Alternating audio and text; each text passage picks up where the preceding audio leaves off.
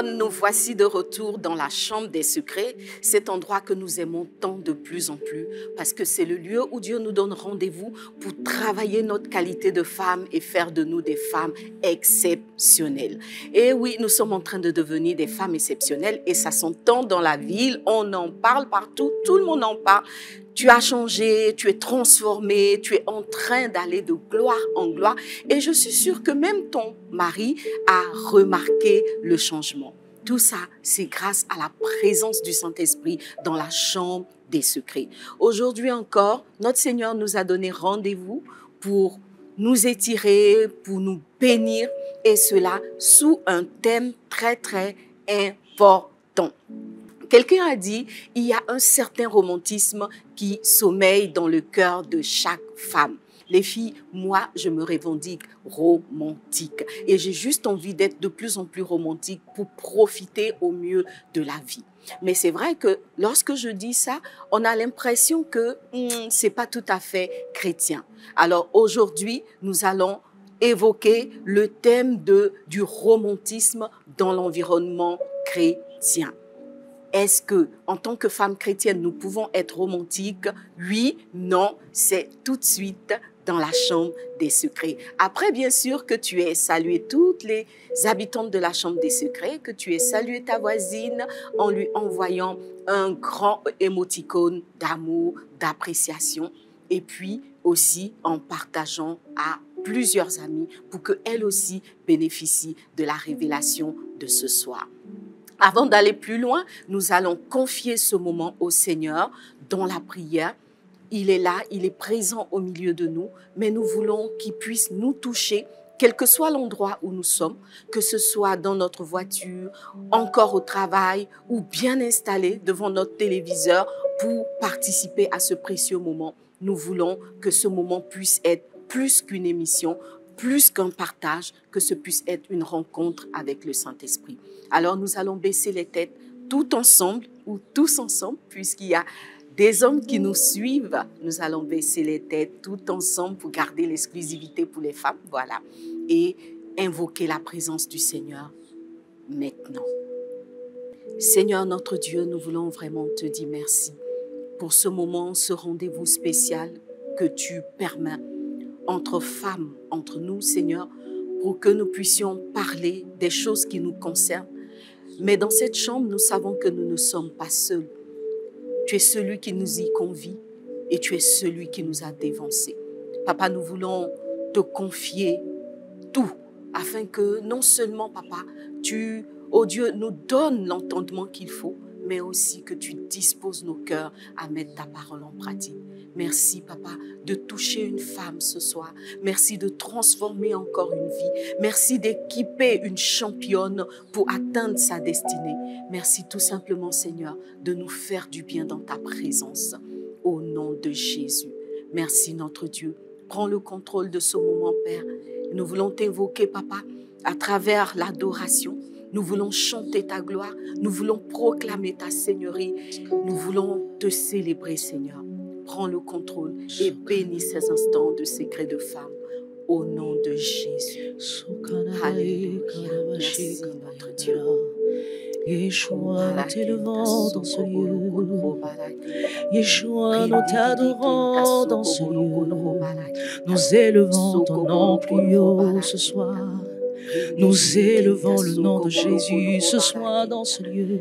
Nous élevons le nom de Jésus.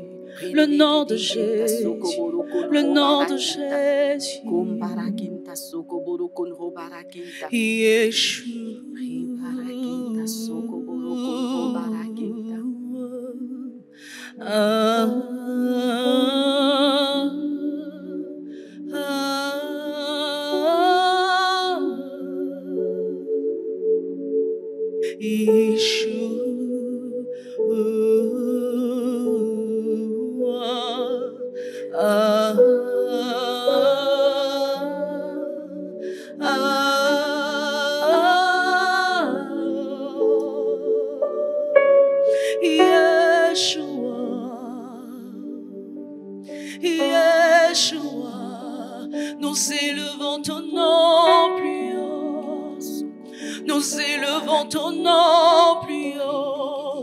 Tu es le Yeshua de notre vie. Tu es le Yeshua de notre destinée. Nous élevons ton nom, nous élevons le nom de Jésus. Plus haut, plus haut, plus haut, plus haut. Oh mon bien-aimé, tu es le plus beau des myriades, des myriades.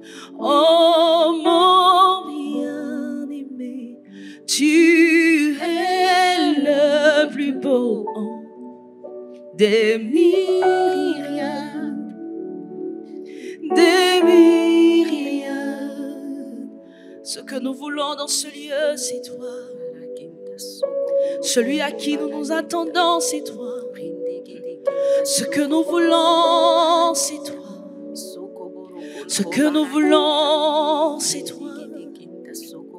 Ce que nous voulons ce soir, c'est toi, Jésus. Ce que nous voulons, c'est toi. Nous te désirons dans ce lieu, Jésus. Sukanabae karabo shamarabaya naraba sokabae remama sokadabosa indabrosa kanana manes rabakande de bos isokana manebros elebro kanama elebo karabos Yeshua Yeshua. Ce que nous voulons, c'est toi. Merci pour ta présence. Ce que nous voulons, c'est toi. Oui, ce que nous voulons, c'est toi, notre Dieu. Ce que nous voulons, c'est toi. C'est toi, Jésus. C'est toi, Jésus. Ton amour, ta puissance, ta présence dans ma vie. Ton amour, ta puissance, ta présence dans ma vie. Nous le déclarons, Seigneur, ton amour. Ce soir, nous voulons ta puissance et nous désirons ta présence dans ma vie. Je veux t'adorer de tout mon cœur. Je veux t'adorer de toute mon âme. Je veux t'adorer de toutes mes forces, car tu es mon Dieu. Tu es mon Dieu. Je veux t'adorer de tout mon cœur. Je veux t'adorer de toute mon âme. Je veux t'adorer de toutes mes forces, car tu es mon Dieu.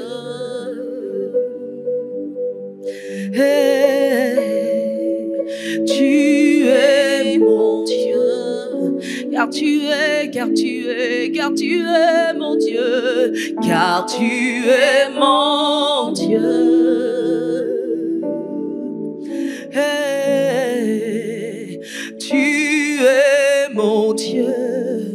Est-ce que nous pouvons élever nos voix et bénir ce Dieu qui est notre Dieu? Tu es mon Dieu, tu es mon Dieu, tu es mon Dieu. Tu es mon Dieu, le Dieu de ma vie. Mon Dieu. Celui qui me connaissait avant même que je ne naisse, papa. Tu es celui qui a tracé les chemins de ma destinée. Et tu as dit dans ta parole que tu connais les projets que tu as formés pour moi. Oui, ce sont des projets de paix. Ce sont des projets de bonheur. Ce sont des projets pour me donner un avenir reluisant. Et je veux croire, papa. Je crois en ta parole. Je crois en ta déclaration, ô Dieu vivant. Je crois que ma vie est bénie, papa, parce que tu es mon Dieu, tu es mon Seigneur. Et au-delà de cela, Père, tu es mon papa. Tu es celui qui prend soin de moi. Dans les moindres de mes besoins, papa, tu es là et je veux m'appuyer sur toi. Tu pouvais dire dans ta parole, si les hommes, aussi mauvais que vous êtes, vous savez donner des bonnes choses à vos enfants, à combien moi, le Père Céleste? Oui, papa, je crois que tu désires donner les meilleures choses à tes filles que nous sommes. Tu désires donner les meilleures vies à chacune de nous, ô Dieu vivant. Et cela se trouve dans le secret de ta présence. Cela se trouve, papa, dans l'obéissance à ta parole. Cela se trouve, Père, dans la marche avec toi. Oui, papa. Tu es notre Dieu et nous voulons nous attacher à toi. Nous voulons marcher avec toi. Nous voulons vivre avec toi. Nous voulons avancer avec toi, Seigneur. Oh Seigneur, Papa, conduis-nous. Conduis-nous, Esprit de Dieu. Alléluia. Car tu es mon Dieu.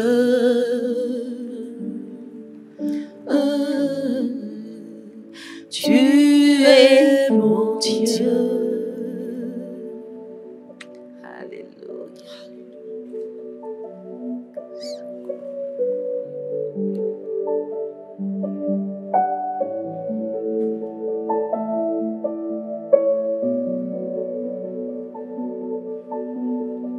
Car tu es mon Dieu.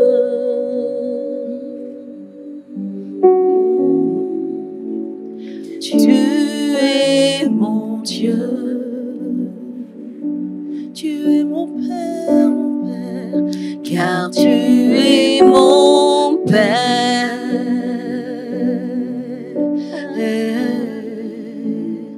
Tu es mon Père. Merci Jésus. Merci Jésus. Est-ce que tu peux acclamer le Seigneur? Est-ce que tu peux acclamer ton Seigneur? Il est présent dans ce lieu. C'est en son nom que nous sommes là. C'est sur son invitation que nous sommes là. Et comme je le disais tout à l'heure, nous allons parler d'un thème qui intéresse les femmes parce que toutes les femmes sont romantiques. Alors le thème que nous allons partager aujourd'hui, c'est romantisme et christianisme sont-ils opposés? Est-ce qu'il y a une opposition entre le romantisme et le christianisme? Ou alors, plus simplement, est-ce qu'en tant que femme chrétienne, j'ai le droit d'être une femme romantique?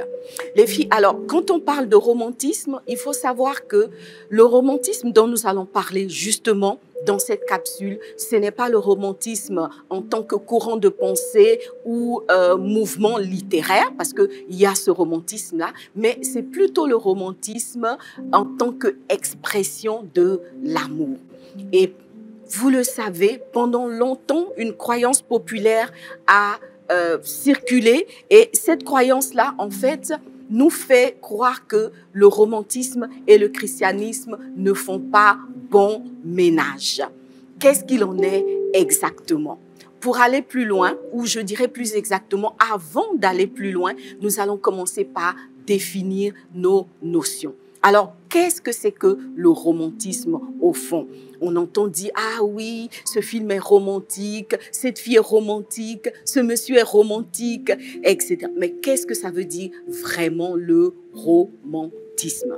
Alors, il faut savoir que si on prend la définition du dictionnaire, il est dit que le romantisme, en fait, c'est la qualité de ce qui se ramène à tout ce qui est description de roman.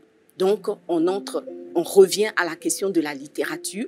On est en train de dire que le romantisme, en fait, a été impulsé par la littérature. Alors, c'est quoi le romantisme? Ça va être tout ce qui se rapporte aux descriptions du roman. Pourquoi? Parce que dans les romans, on a des descriptions au charme pittoresque. Vous savez comment les romans savent faire des descriptions. Moi, j'écris un peu, donc des fois, je m'amuse à faire des descriptions type roman. Alors, dans la description du roman, on va mettre les sensibilités en exergue, on va faire intervenir des adjectifs qui vont venir toucher la sensibilité dans un aspect très très profond. On va aussi faire voyager le lecteur, on va l'emmener à rêver, on va essayer d'installer le lecteur sur un petit nuage. Donc en fait, c'est ça le romantisme. De façon pratique, dans l'amour, le romantisme va se ramener à quoi? De façon pratique, dans l'amour, le romantisme va être cette expression de l'amour qui va exacerber la sensibilité, qui va chercher à toucher le conjoint par des actions, des paroles, des gestes très très sensibles et qui vont toucher son cœur.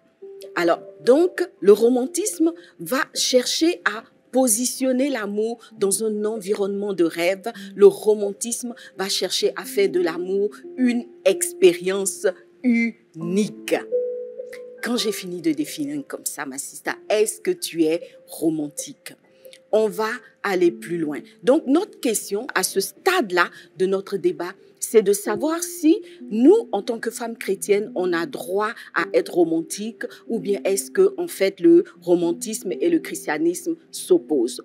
Je sais, je l'ai déjà entendu, beaucoup de femmes chrétiennes estiment que le romantisme appartient au monde. Mais qu'est-ce que la parole de Dieu nous dit? Quand on entre dans la parole de Dieu, on se rend compte, en lisant depuis la Genèse jusqu'à l'Apocalypse, que quelque part, la Bible est un manuel, un roman d'amour entre Dieu et les hommes. Si tu as lu la Bible, en tout cas, si tu l'as suffisamment lu, je pense que tu t'es rendu compte que la chose ou la notion qui se dégage le plus, c'est l'amour. L'amour de Dieu en direction des hommes et aussi, des fois, l'amour des hommes en direction de Dieu. Dieu a aimé le premier, c'est vrai, mais dans l'expression de son amour, il a rencontré des hommes qui lui ont rendu son amour. Par exemple, Abraham a tellement aimé Dieu qu'il a tout quitté sur instruction de celui-ci pour le suivre vers des territoires qu'il ne connaissait pas. Nous avons aussi le roi David qui, dans sa marche avec le Seigneur, a manifesté un cœur qui était tout entier à Dieu.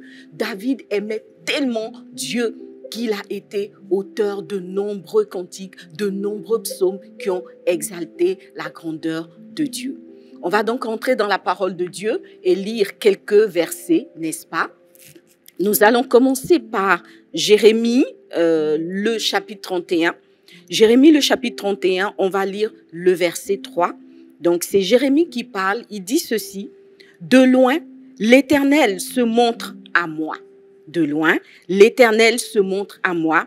Il dit, je t'aime d'un amour éternel. C'est pourquoi je te conserve ma bonté. » Verset 4. « Je te rétablirai encore et tu seras rétablie, Vierge d'Israël. » On a donc de nombreux passages comme ça dans la parole de Dieu qui viennent nous parler, n'est-ce pas, de l'amour de Dieu en direction des hommes. Dieu aime les hommes. Il a aimé Israël et il a exprimé à travers des mots, à travers des actions, à travers des gestes, à travers des images.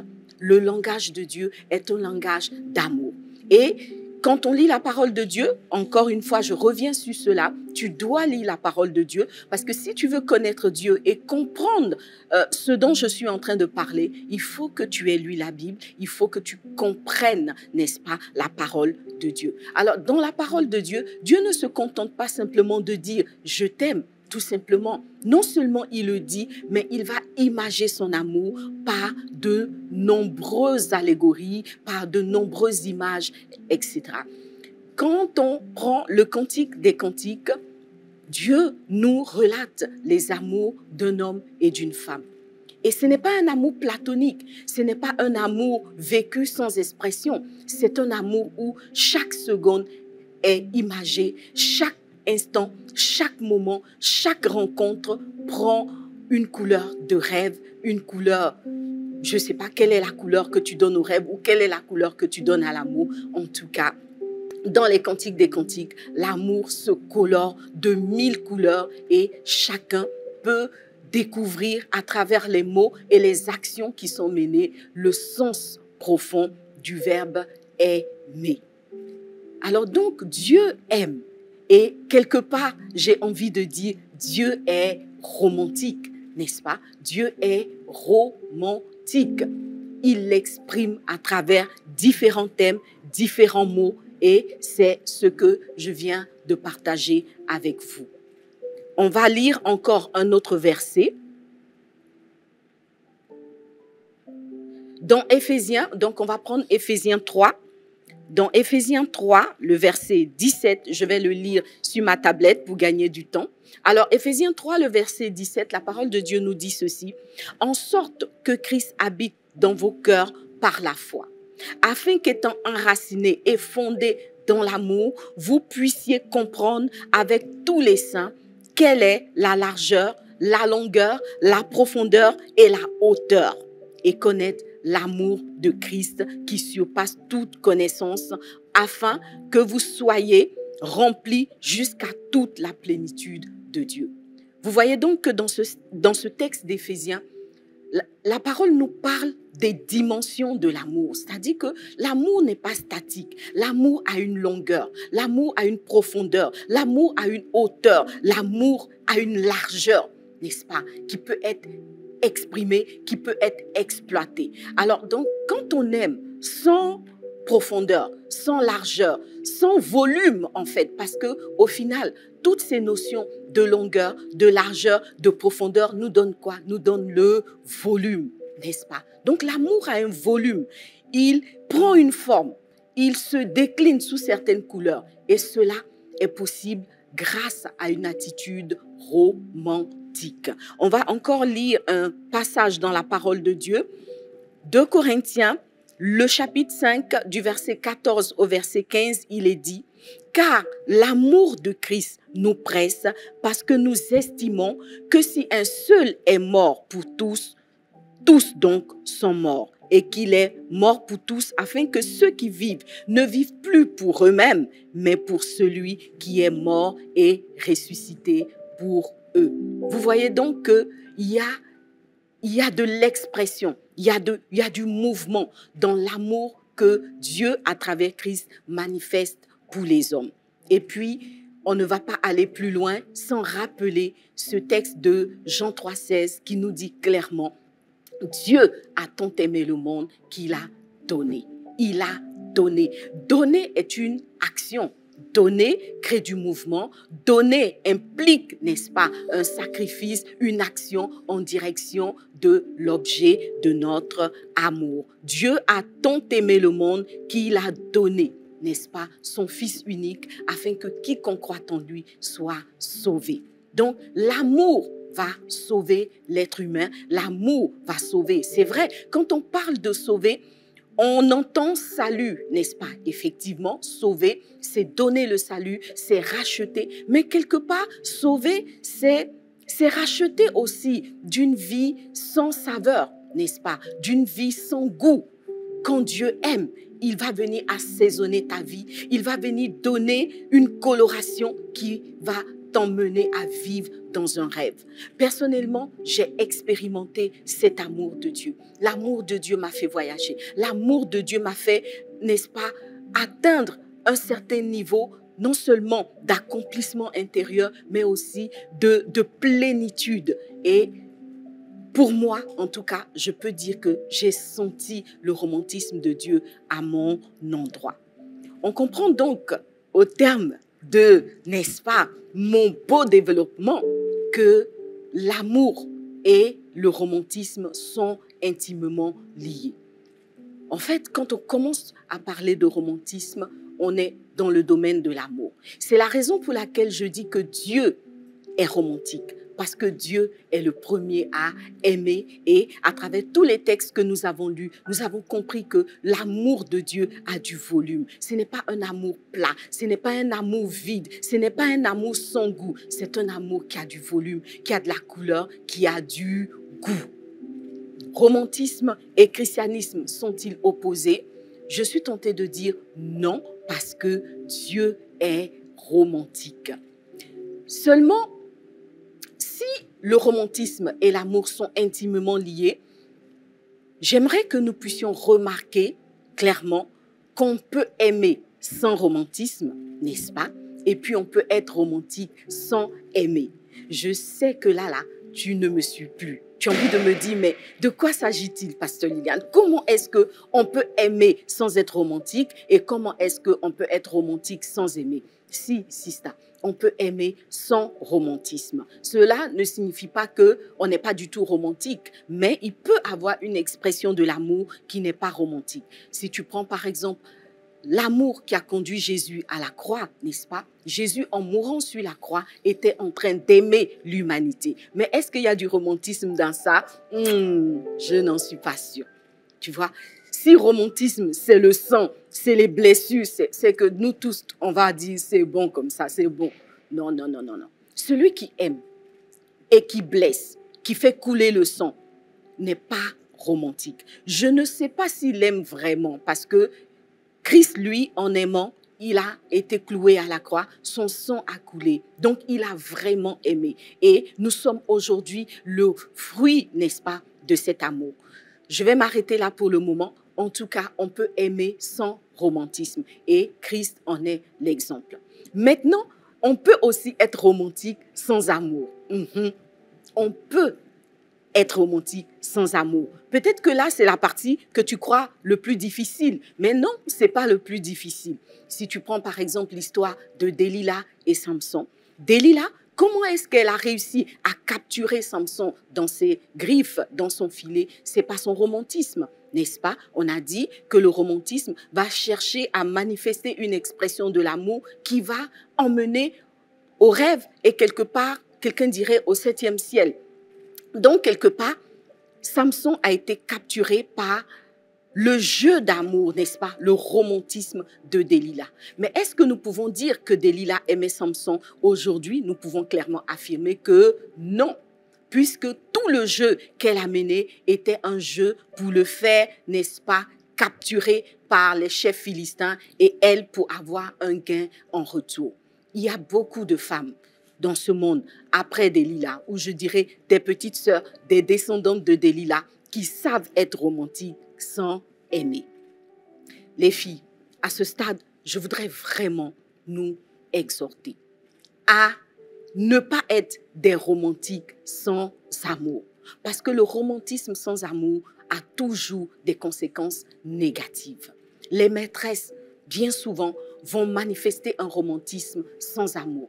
Pourquoi je dis cela? Peut-être qu'elles pensent qu'elles aiment, mais en vérité, elles n'aiment pas. Si tu es une maîtresse et que tu prives une femme, n'est-ce pas, de l'amour et de l'attention de son mari, tu es peut-être romantique, mais tu n'es pas en train de manifester de l'amour. Si tu es une maîtresse, une concubine, et que tu empêches un homme de mettre ses enfants à l'école, de payer la scolarité de ses enfants, de s'occuper de sa maison, peut-être que tu es romantique, mais tu n'es pas en train de manifester de l'amour. En conclusion de ce niveau de notre développement, on peut donc dire que, certes, romantisme et christianisme ne sont pas opposés, mais il faut savoir mettre le romantisme à sa place, n'est-ce pas? Il faut savoir mettre le romantisme à sa place. Ça veut dire que le romantisme doit intervenir dans un cadre dédié, c'est-à-dire dans le bon cadre et poursuivre les bons objectifs, n'est-ce pas? Et puis, quelque part aussi, il faut avoir de la sagesse dans l'expression du romantisme parce que de temps en temps, n'est-ce pas, il peut avoir des questions sérieuses qui nécessitent un amour beaucoup plus posé que l'amour exprimé à travers le romantisme. Et c'est cet amour-là dont le Seigneur nous parle dans 1 Corinthiens 13. C'est l'amour responsable. C'est l'amour qui a des fondements solides. Donc, même dans le couple, il peut y avoir un moment où le romantisme n'a pas sa place, n'est-ce pas? Il y a des questions sérieuses à traiter. On ne va pas aller chercher midi 14h. Il faut aimer avec responsabilité, n'est-ce pas? Il faut aimer avec responsabilité. Par exemple, une femme qui apprend que son conjoint l'a trompée, pour régler la question, elle ne va pas aller chercher le côté romantique de l'amour, n'est-ce pas? en général, elle ne le pourra même pas. Elle va même pas trouver l'énergie et la force de faire intervenir le romantisme là. De temps en temps, il y a des femmes qui réussissent. Des fois, moi, je me suis demandé si elles sont un peu sadiques ou maso. Bon, en tout cas, je ne sais pas trop, mais il y a des moments où l'amour va nécessiter un fondement beaucoup plus solide. Et c'est cet amour-là que la parole nous présente dans 1 Corinthiens 13. C'est l'amour responsable, l'amour qui va pardonner, l'amour qui ne va pas chercher son seul intérêt, l'amour qui va chercher le bien de l'autre, etc. 1 Corinthiens 13, les filles, on connaît. On va encore le relire et le mettre à côté, tout près de nous, sous le coude, parce que le romantisme ne se mange pas forcément à toutes les sauces. Que Dieu te bénisse abondamment, mais dans tous les cas, ce que je veux te dire, c'est qu'en tant que femme, tu as besoin non seulement d'être romantique, mais de savoir manifester le romantisme. Alors, tu vas me dire, oui, mais moi, je suis chrétienne. Est-ce que le romantisme, c'est pas charnel? Est-ce que c'est pas un truc du monde et tout? On n'en est plus là. On a dépassé cette question, tu l'as bien compris, même Dieu est romantique. Si Dieu est romantique, toi, tu as quel problème, ma soeur? Sois romantique, lâche prise, sois un peu romantique. Hein? Un peu de dose de romantisme, un peu de piment de romantisme, ça va venir, n'est-ce pas, relever ta relation conjugale. Alors, comment est-ce que, en tant que femme chrétienne, nous pouvons être romantique? On va aller lire la parole de Dieu dans Genèse 26. Il y a un très beau texte qui est là. Je vais chercher dans la Bible, vu que c'est Genèse, c'est plus facile à trouver. Alors, Genèse 26, le verset 8. Il est dit dans ce texte-là, vous le savez, c'est un texte qui nous parle de Isaac. C'est un texte qui nous parle de Isaac. Je lis le texte. Il est dit, donc parlant de Isaac, comme son séjour se prolongeait, il arriva qu'Abimélec, roi des Philistins, regardant par la fenêtre, vit Isaac qui plaisantait avec Rebecca, sa femme. Je m'arrête là pour la lecture de ce texte, mais je voudrais rappeler le contexte. En fait, Isaac et sa femme Rebecca étaient installés dans le territoire des Philistins, un peu sous la protection du roi Abimélec. Et il se trouve que le roi Abimélec avait des regards pour la femme d'Isaac et Isaac, comme son père, n'a pas osé reconnaître que cette femme-là était son épouse. Il a dit qu'elle était sa sœur, quelque part pour se protéger, comme lui-même le dit. Alors, finalement, alors que Abimélec s'apprêtait à lancer son attaque en direction de Rebecca, à chercher à conquérir cette femme-là, un jour, il remarque Isaac et son épouse Rebecca qui étaient en train, n'est-ce pas, de vivre une version d'amour par rapport auquel il ne pouvait avoir aucun doute. Ces deux-là étaient ensemble. Voyez, Isaac était romantique. Il avait une façon d'exprimer son amour à Rebecca qui a touché Abimélec. Et Abimélec s'est dit, certainement, ces deux-là s'aiment d'un amour qui n'est pas un amour de frères et sœurs. Pour dire que le romantisme ne s'invite pas entre des frères et sœurs, les filles. Le romantisme ne s'invite pas entre des frères et sœurs. C'est pas parce qu'on a dit qu'une femme doit être romantique ou qu'un homme doit être romantique que tu dois être romantique avec ton frère. Non, non, non, non, non, non. Ce dont on est en train de parler, c'est entre des époux, c'est entre des conjoints. Donc, ne va pas chercher à être romantique avec ton frère. C'est ce que Isaac a fait et ce n'était pas une bonne chose parce que c'était du mensonge. Donc, le romantisme est une question qui n'intéresse pas, n'est-ce pas, les frères et des sœurs. Ça se passe dans un couple. Dis avec moi, dans un couple.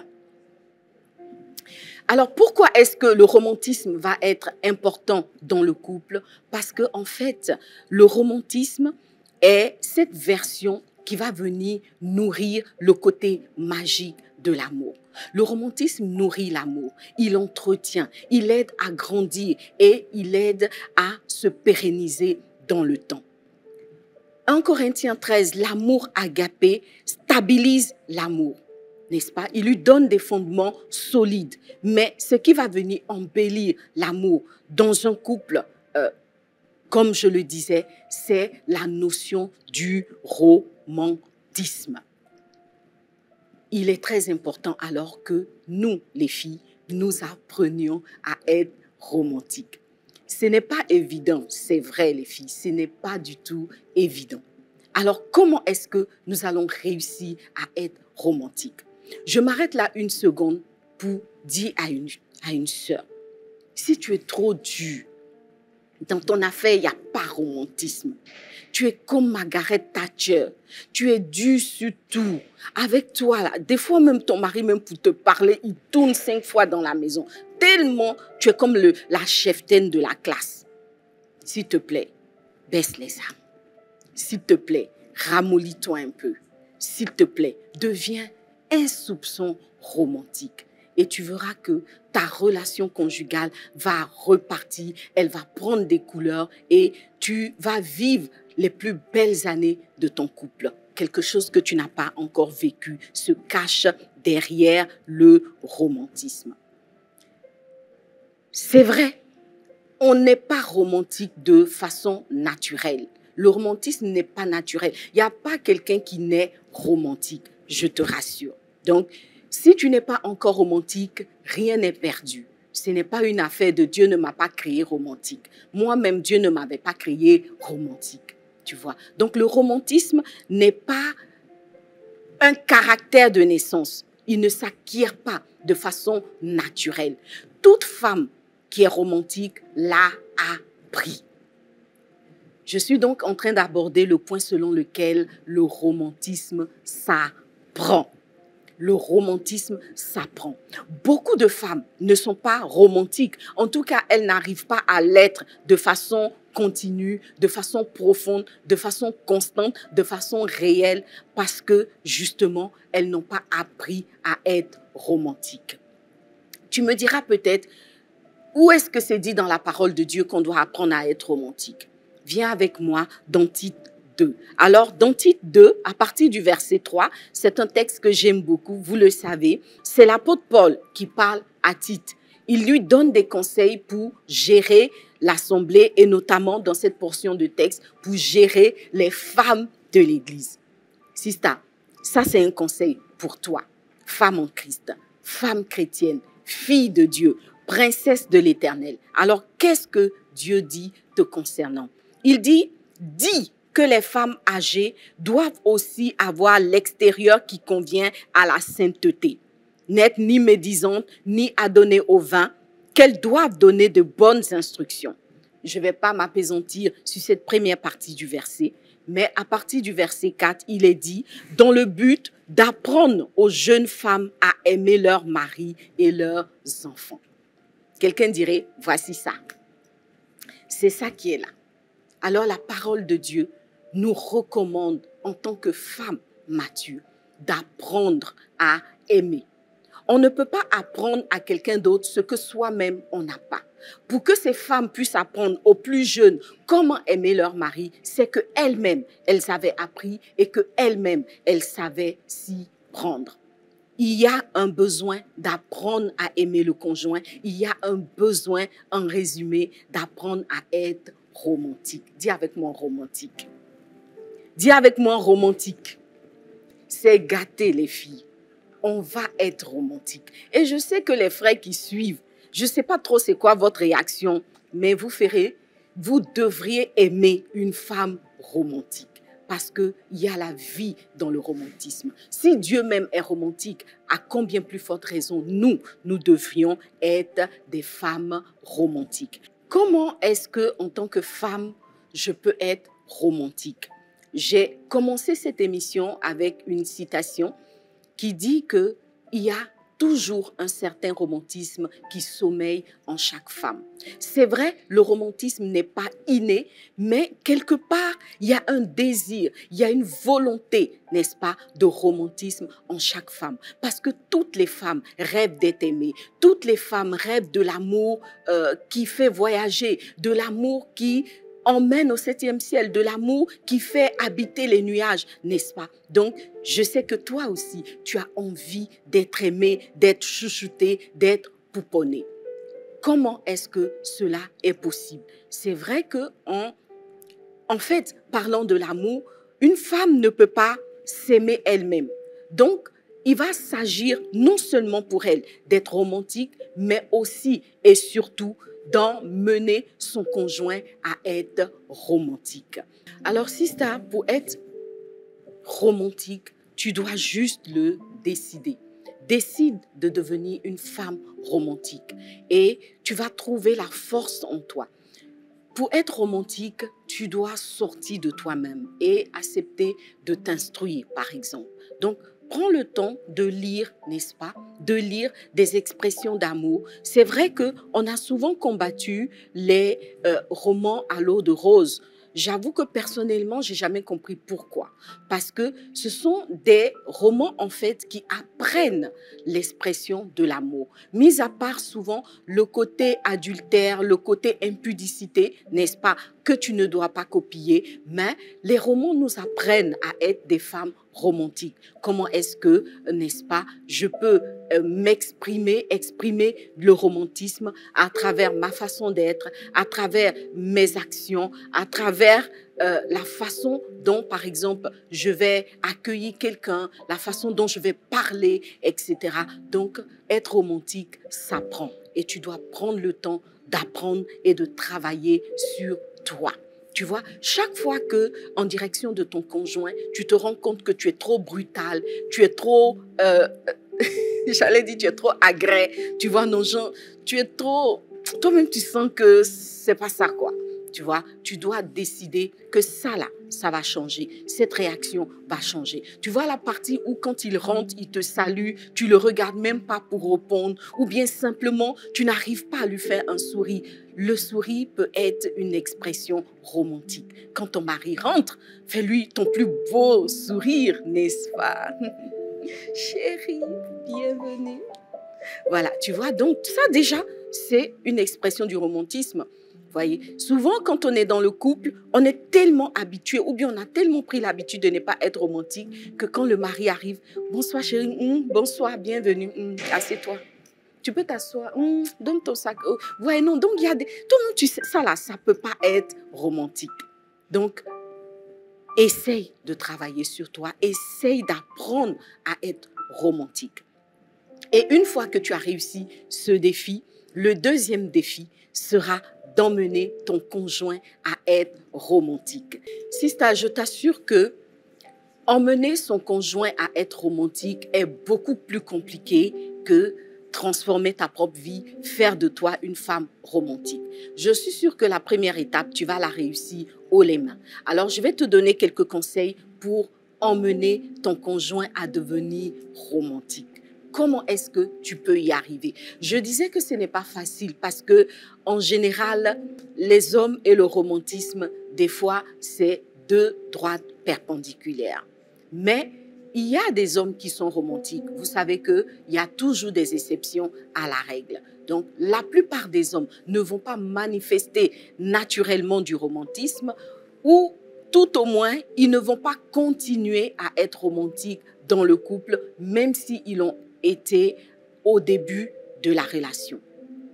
Comment donc, toi ou moi, nous pouvons ramener nos conjoints à être des hommes romantiques? Alors, je vais te donner quelques points. J'en ai listé 9, j'ai listé 9 points. On va donc aller sur ces 9 points et je suis sûre qu'au terme de cet échange-là, romantique sera posé dans ta maison, ça sera gâté. Alors, donc, le premier point pour emmener son conjoint à être romantique, pourquoi? Parce qu'on n'est pas romantique tout seul. Le romantisme intervient dans une relation de couple, je l'ai déjà dit. Tu as travaillé sur toi, tu es devenu romantique. Maintenant, il faut emmener le conjoint à être romantique. Comment? Le premier point, c'est que tu dois prendre le temps d'évaluer tes besoins en matière de romantisme, si je peux m'exprimer ainsi. Qu'est-ce que tu veux vraiment? Pourquoi est-ce que c'est important d'évaluer ses besoins? Parce que, en fait, il y a le romantisme du cinéma. C'est vrai, j'ai parlé tout à l'heure de lire les romans. Il y a le romantisme du cinéma et puis il y a le romantisme de la vie réelle. Voyez? beaucoup de films nous vendent un romantisme qui n'est pas toujours conforme à la réalité, à la vérité, en tout cas pas 100%. Cela signifie que si tu vois un couple romantique à la télé, diminue de 60% le romantisme qu'ils ont exprimé et prends ce qui peut être réalisable dans ta vie. Qu'est-ce que tu veux vraiment? Ne cherche pas, n'est-ce pas, à ce que ton conjoint reproduise Pretty Woman. Tu vois, il ne pourra pas. Ramène la notion de romantisme à des proportions, n'est-ce pas, qui correspondent à votre vie, à vos personnalités respectives. Cela signifie que tu dois, n'est-ce pas, reconnaître la graine ou le peu de romantisme que ton conjoint va manifester ou a peut-être déjà l'habitude de manifester. Tu as regardé un film où le mari, très très romantique, a offert un bijou en diamant à son épouse. Ok, il a fait. Cela ne signifie pas que ton mari n'est pas romantique tant qu'il ne t'a pas offert un bijou en diamant. S'il t'offre un petit bouquet de fleurs, c'est du romantisme. Alors donc, tu dois évaluer tes besoins et les ramener à une proportion réalisable pour ton couple, n'est-ce pas? Si quelqu'un a manifesté du romantisme dans son couple en offrant une voiture à sa femme, n'imagine pas que ton mari qui ne t'a pas offert une voiture refuse d'être romantique. Donc, attention aux effets du cinéma. Le romantisme, c'est vrai, est nécessaire, mais il doit rester dans des dimensions responsables et réalisables dans ton couple à toi. La deuxième chose ou le deuxième élément, c'est que en poursuivant le romantisme, en cherchant à amener ton conjoint à être romantique, tu dois savoir que tu ne peux pas le changer de façon radicale.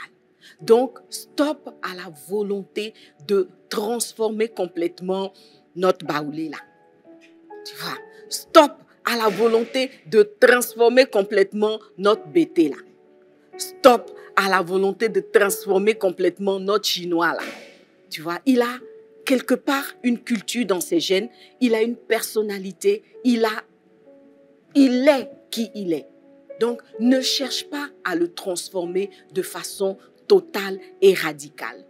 Il y a forcément quelque chose qui a touché ton cœur dans sa personnalité. Sinon, vous ne seriez pas ensemble. Donc, il n'est pas totalement 100% hors gamme. Il a déjà quelque chose qui fonctionne et il s'agit maintenant de rajouter une ou deux choses, non pas de chercher à le transformer de façon radicale et totale. La troisième chose ou le troisième point, c'est que tu dois l'aider. Tu dois aider le gars à être romantique. Le problème avec la plupart des femmes, et je crois que moi je suis de ce nombre-là, en tout cas j'étais, parce que depuis un moment j'essaye de corriger ça, c'est que quand on estime que le monsieur n'est pas suffisamment romantique, au lieu de l'aider, on se fâche. On se fâche, on boude, on le critique, etc. J'ai déjà dit dans l'une des capsules que la critique est le plus mauvais allié du changement et de la progression. Plus tu critiques quelqu'un, plus, surtout les hommes, je le dis et je l'assume, plus tu critiques un homme, plus les défauts que tu critiques vont se cristalliser dans sa vie. Il va bien visser ça pour bien te fatiguer encore. C'est illogique, mais toutes les femmes savent qu'elles ont vécu cette expérience. Alors donc, au lieu de critiquer, tu peux aider ton conjoint à devenir romantique. Perso, je ne suis pas une personne attachée aux dates d'événements dans la vie. Tout le monde le sait, en tout cas ceux qui me connaissent le savent, je ne suis pas attachée aux dates anniversaires. D'ailleurs, j'oublie même ma propre date anniversaire, j'oublie ma date de mariage, etc. Donc, moi, ce n'est pas le cas. Mais il y a des femmes pour qui les dates sont hyper importantes. Si le monsieur ne s'est pas souvenu de l'anniversaire de leur première rencontre, il y a problème. S'il ne s'est pas souvenu de l'anniversaire du mariage, c'est chaud. Il est trop kawa, il n'est pas romantique pour un sou. Tu vois, bon, si tu as remarqué que déjà 2 ans, 3 ans, il oublie les dates, ne te fâche pas, ma chérie. Donne-lui un coup de pouce. Voilà, aide-le. Tu vois, à 2-3 jours de la date, il faut lui suggérer que il y a un anniversaire qui approche. Et si il n'a pas bien répondu pour dire, tiens, c'était l'anniversaire, deuxième essai, envoie-lui la date et le nom de l'événement. Voilà, faisons simple. Allons droit au but. Tu fais simple. Tu lui envoies la date, l'événement concerné, et tu peux même suggérer un cadeau, tu peux suggérer une sortie, n'est-ce pas? Et tu verras qu'il deviendra subitement très romantique. Et si à ce stade, il n'est toujours pas romantique, tu peux aider en faisant la réservation, en préparant l'événement pour le forcer à entrer dans une réalité romantique que tu auras préparée spécialement pour lui et toi. Les filles, ça marche. Même s'il n'était pas romantique, je t'assure qu'il va apprécier un dîner aux chandelles. N'est-ce pas? Il y a beaucoup de recettes, hein? On ne peut pas tout dire ici. Mais ce qui est sûr, tout ce qui est chandelle, ça fonctionne. Voilà, petite soirée où toutes les lumières sont éteintes dans la maison, il n'y a que des chandelles, ça marche, ça fonctionne. Donc, tu peux aider parce que je sais que tu es une femme créative, tu es remplie d'idées et de capacités. Donc, aide ton conjoint à devenir romantique. C'est-à-dire, en fait, ce que tu attends qu'il exprime, tu peux l'aider à le manifester. Donc, donne-lui un coup de pouce. 4e point, c'est que tu dois apprendre à récompenser ton conjoint pour les petites attentions qui peuvent malgré tout être classées dans le romantisme. C'est vrai, c'est pas le romantisme de Pretty Woman, mais il s'est débrouillé, il a fait un peu, il a essayé. Si tu veux que ça aille plus loin, si tu veux qu'il se bonifie dans le romantisme, félicite-le, encourage-le pour le début de romantisme qu'il manifeste. Ça va les filles? Ça va, on va y arriver.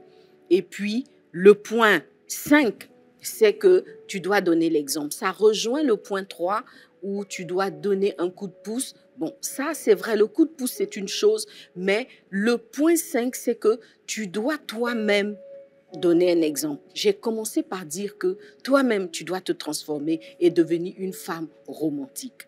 Ça ne ressemble à rien, un homme romantique à côté d'une femme dure comme le béton. C'est une combinaison qui ne fonctionne pas. Donc, ne cherche pas un homme romantique quand toi-même, tu n'es pas romantique.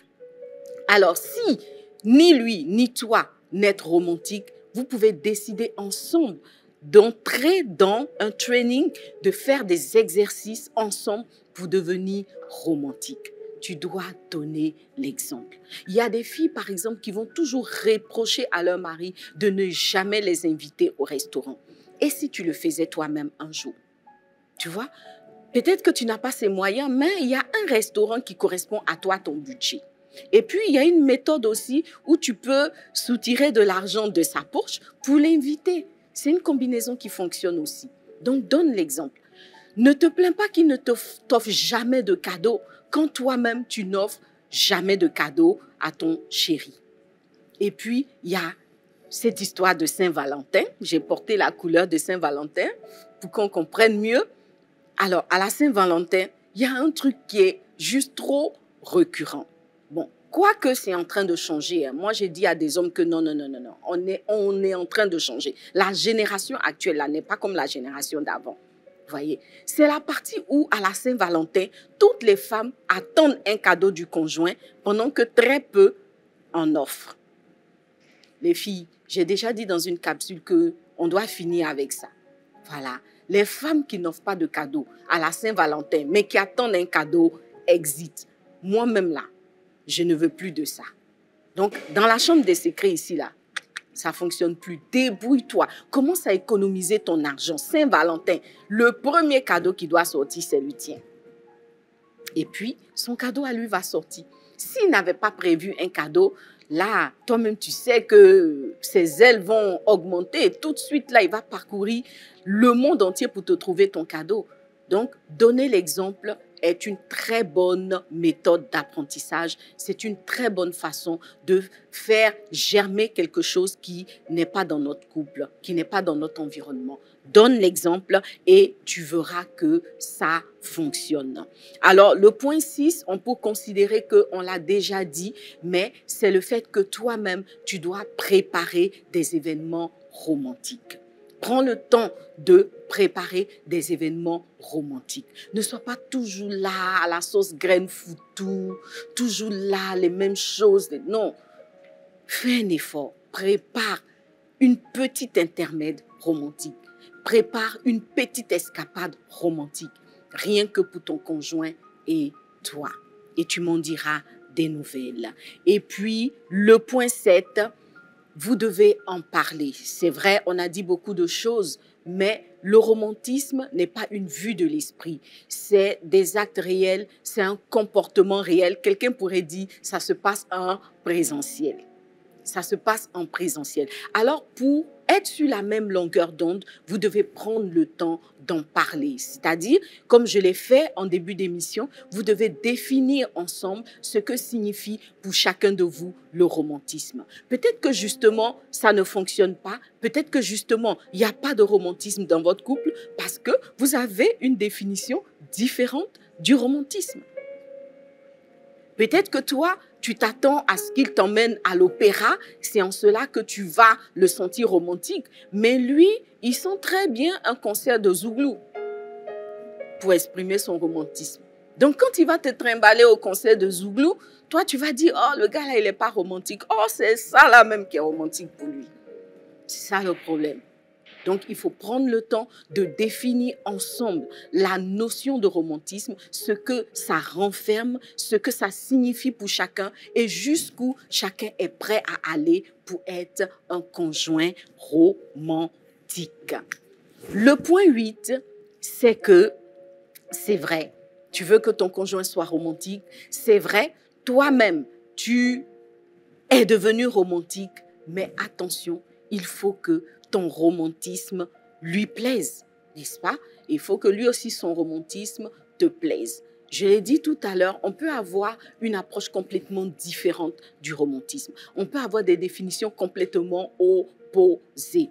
Alors, avant de se lancer dans un romantisme tout azimut, il faut s'assurer que le romantisme qu'on va manifester convient au conjoint.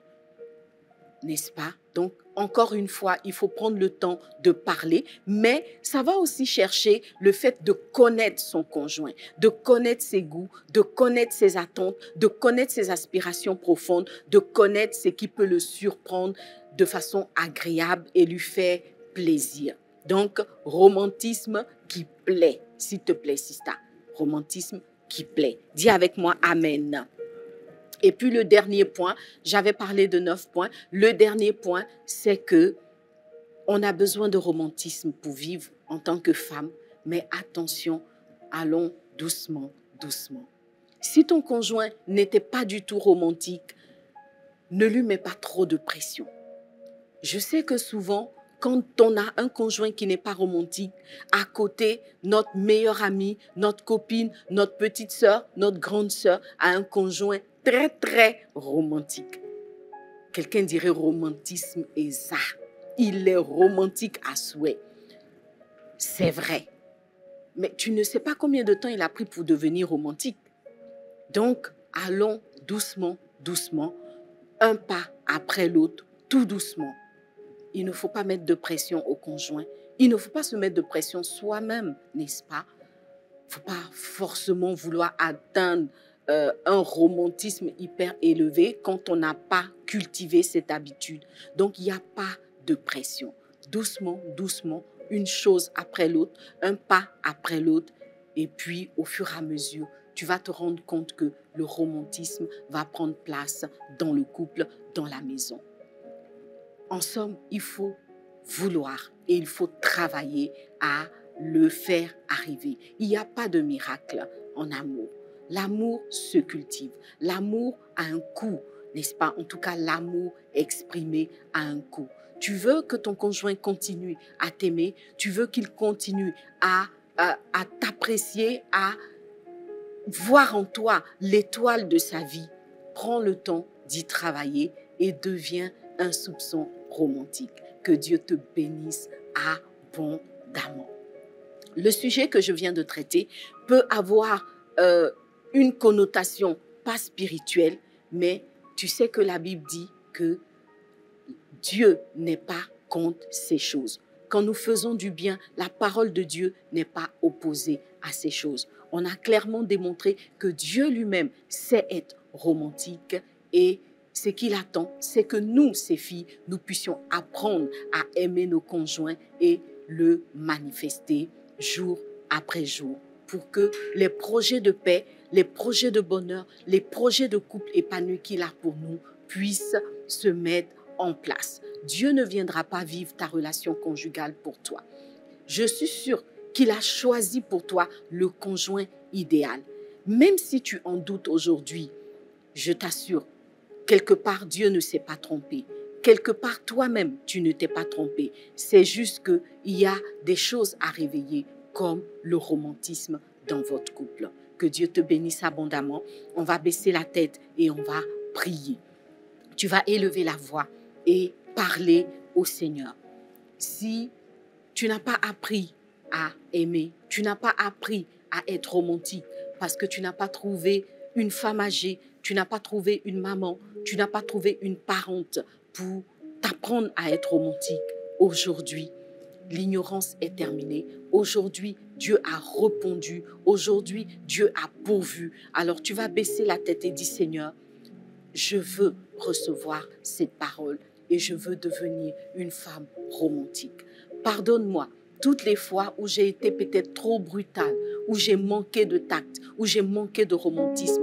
Et peut-être qu'aujourd'hui, cette vieille attitude est en train de détruire mon couple. Mon couple est en souffrance, Seigneur. Pardonne-moi, mais apprends-moi à partir d'aujourd'hui à devenir, à être une femme romantique. Élève la voix et prie. Je voudrais que tu puisses vraiment prier. Parle à Dieu. Expose-lui ta situation ce soir. Expose-lui ta situation. Parce que ce soir, l'onction est disponible pour faire de toi une femme romantique. Oh Seigneur notre Dieu, nous voulons vraiment élever la voix vers toi ce soir. Aide-nous à être des femmes romantiques, Papa. Seigneur, nous ne savons pas toujours, oh Dieu, jouer le jeu du romantisme.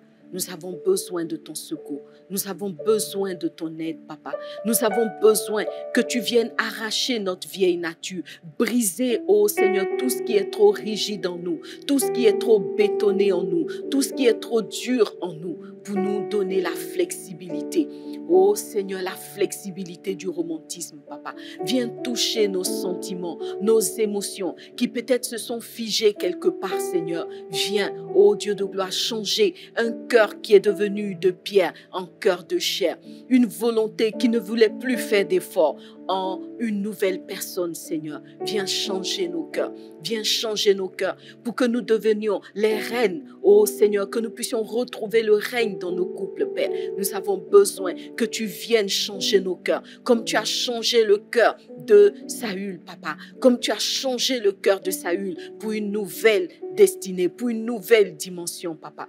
Oui, Père, pour une nouvelle dimension de couple, une nouvelle dimension de relation. Viens nous transformer en des femmes douces, en des femmes romantiques, Papa, dans le nom de Jésus.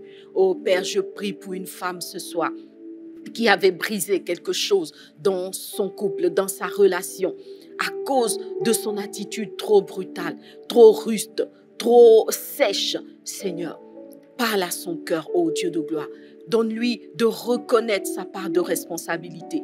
Mets le doigt, Papa, sur ce qui s'est passé afin qu'elle puisse, Seigneur, non seulement te laisser la guérir, mais aussi décider de prendre une nouvelle voie, un nouveau chemin, le chemin du romantisme. Oh Père, je prie pour une femme, Papa, qui pensait que le romantisme était charnel, non chrétien, non spirituel, Papa. Touche le cœur de cette femme, ô Dieu de gloire, et montre-lui combien cette attitude, cette décision peut changer les couleurs de sa relation. Dans le nom de Jésus, dans le nom de Jésus.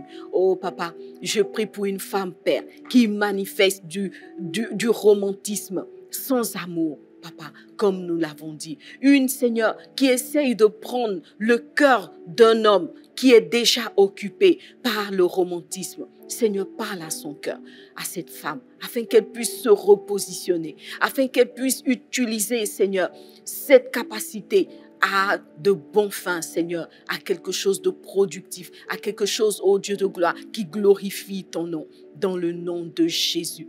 Et je prie aussi pour une femme qui a besoin de maturité dans son amour, qui est toujours, Seigneur Dieu, dans peut-être trop de romantisme, qui a besoin de plus de profondeur, qui a besoin d'un amour plus stable à travers les qualités de l'amour agapé. Seigneur, donne-lui de concilier les deux choses afin, papa, d'être la femme selon ton cœur, cette femme sage qui bâtit sa maison. Merci notre Dieu. Béni sois-tu pour tout ce que tu fais au nom puissant de Jésus. Alors je vais demander à une femme qui sent qu'elle a besoin que Dieu touche sa vie, touche son cœur, de mettre la main sur son cœur. Et alors qu'Olivia sera en train d'adorer le Seigneur avec Fabrice, quelque chose va se passer dans ta vie. Alors mets la main sur ton cœur, mets la main sur ton cœur, là où tu as besoin que Dieu touche, là où tu as besoin que Dieu vienne renverser des forteresses, là où tu as besoin que Dieu vienne renverser des idées préconçues, une chrétienté trop rigide, trop bétonnée. Mets la main sur ton cœur. Et tu vas voir que pendant l'adoration, quelque chose va se passer. Tu vas recevoir un cœur nouveau. Tu vas recevoir une sensibilité nouvelle. Tu vas recevoir une capacité nouvelle dans le nom de Jésus. Alléluia. À tes pieds, je dépose ma vie. À tes pieds, je dépose ma vie.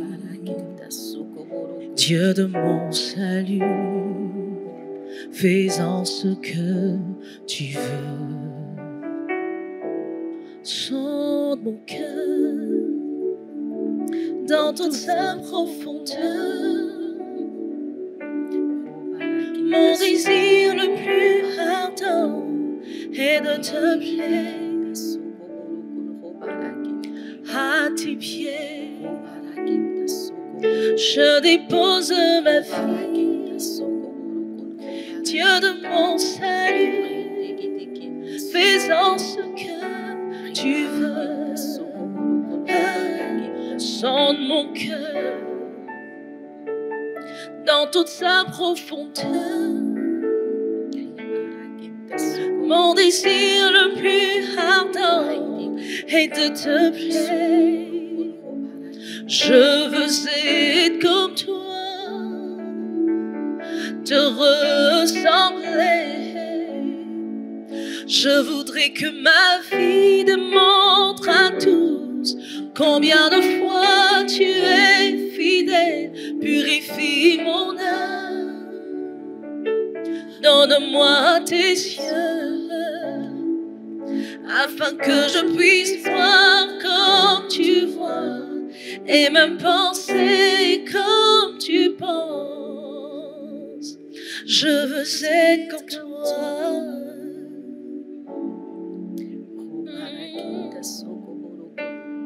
Je veux être comme toi, parler comme toi, aimer comme toi, penser comme toi, réfléchir comme toi. Oh Seigneur, oh Yahweh, aide-moi. Je veux être comme toi, parler comme toi, aimer comme toi, penser comme toi, réfléchir comme toi. Oh Seigneur, oh Yahweh, aide-moi. Je veux être comme toi. Je veux te ressembler. Je veux être comme toi, Jésus. Je veux être comme toi, Jésus. Je veux parler, penser, agir comme toi. Je veux te refléter dans tout ce que je fais. Je veux te manifester, Jésus, Jésus. Oh Yahweh, aide-moi. Alléluia, alléluia. On va acclamer le Seigneur. On va acclamer le Seigneur. Voilà. Et l'Esprit de Dieu me dit qu'il y a là dans la chambre des secrets une femme qui se dit, il n'y a rien à faire. J'ai tout essayé. J'ai essayé d'emmener cet homme à être romantique. Il n'y a juste rien à faire. Le Saint-Esprit me dit de te dire, ne te décourage pas. Certainement, cette nouvelle saison sera la bonne. Persévère et tu verras la gloire de Dieu dans ton couple. Amen. Voilà, donc on est au terme de notre partage. Et comme tu le sais, avant de se séparer, on va partager un papo. Voici notre papo du jour. Alors, le papo du jour, c'est celui-ci. J'ai un conjoint qui était romantique à souhait, vraiment le gars que toutes les femmes auraient rêvé d'avoir, tellement il était romantique. Seulement, depuis un moment, il n'est plus romantique du tout. Il n'est plus du tout romantique. C'est comme si c'était carrément une autre personne. Qu'est-ce qui s'est passé? À quoi est dû ce revirement de situation? Alors, si tu vis cette situation et que tu te poses cette question, je vais te donner 3 raisons qui peuvent expliquer le changement d'attitude de ton conjoint. La première raison, c'est la possibilité qu'il ait le sentiment, il trouve que tu ne fais pas ce que tu dois faire. Alors, il est romantique, il ne l'est plus, c'est l'expression d'un mécontentement. C'est une façon pour lui de te faire passer un message. Donc, si on revient sur d'autres enseignements de secrets de femmes, on pourrait dire il est en train de t'envoyer un eunuque. Il t'exprime qu'il n'est pas content de toi, il n'apprécie pas ceci ou cela, ta façon de te comporter ou quelque chose de précis. En tout cas, il est en train de te dire qu'il n'est pas content. Donc, prends le temps d'observer, peut-être pose-lui des questions et tu pourras résoudre la situation. La deuxième possibilité, c'est le fait que quelque part, il considère comme acquise sa relation. Il n'est donc plus en mode conquête. Il estime qu'il a fini avec la conquête. Tu es bien installé dans sa maison et dans sa vie. Donc, il peut passer à autre chose. Si c'est le cas, rappelle-lui que le romantisme ne sert pas seulement à courtiser une femme et à l'installer dans sa maison, même à lui passer la bague au doigt, mais que le romantisme est un ingrédient essentiel pour que l'amour se perpétue et se stabilise dans le couple. C'est donc nécessaire de continuer à être romantique pour continuer à nourrir l'amour qui est le vôtre. Donc, il t'aime, mais c'est simplement que il est au repos, quoi. Donc, il faut lui montrer que ce n'est pas ici un lieu de repos. Et puis, la troisième possibilité, c'est le fait que s'il est plus romantique avec toi et qu'il l'était et que c'est un type romantique, il est certainement en train d'être romantique ailleurs. Je sais que ça, c'est vraiment la partie qu'on n'aime pas, mais c'est une possibilité. Alors, essaye d'observer, de regarder pour savoir si le romantisme n'a pas changé d'adresse, s'il n'est pas allé se loger ailleurs. Si c'est le cas, alors prends le taureau par les cornes, non pas en te fâchant ou en essayant de tout briser dans la maison, tu pourrais aussi briser la relation, mais c'est d'essayer de reconquérir notre cher romantique expatrié pour qu'il revienne à la maison en devenant toi-même plus romantique encore, en lui montrant que tu es la bonne personne sur qui il faut s'aimer le romantisme. Alors que Dieu te bénisse abondamment. J'ai eu beaucoup de plaisir à passer ces merveilleux moments avec toi. Je sens que tu es de plus en plus en train de devenir une femme extraordinaire. On a fini. Avant de nous séparer, je voudrais nous encourager, n'est-ce pas, à faire une offrande. La Bible dit que nous ne devons pas venir dans la présence du Seigneur les mains vides. La présence du Seigneur, c'est une présence physique dans un lieu de culte, mais c'est aussi cette rencontre avec la parole de Dieu, cette rencontre avec le conseil de Dieu qui nous permet d'aller de l'avant. Fais un geste pour Secret de Femme en apportant une offrande selon les instructions qui s'affichent maintenant à l'écran. Dieu te bénira parce que tu seras en train non seulement de sceller cette parole dans ta vie, mais aussi de participer à l'entretien de la chambre des secrets. Et au terme des annonces, nous sommes en train de nous préparer pour la campagne Jésus sauve l'Afrique, n'est-ce pas, qui est un nouveau projet du ministère Message de Vie du pasteur Mohamed Sanogo. Et du 9 au 27 novembre, le ministère Message de Vie sera au Togo, n'est-ce pas, pour porter l'évangile du Seigneur. Nous sommes toutes invitées à soutenir cette campagne par la prière, par des dons et aussi par une présence physique. Voilà, c'est fini pour aujourd'hui, n'est-ce pas? Je crois que par la grâce de Dieu, nous devenons des femmes romantiques sur la base de la parole de Dieu. Tu peux, n'est-ce pas, lire Cantique des Cantiques. J'ai parlé d'apprendre à devenir romantique. Cantique des Cantiques, c'est le roman de l'amour, le roman à l'eau de rose que nous propose la parole de Dieu. Je te dis à vendredi prochain. Je t'envoie 1000 bisous, pas romantiques. Je n'ai pas le droit d'être romantique à ton endroit, mais je veux te dire que je t'aime de l'amour du Seigneur. Bye bye.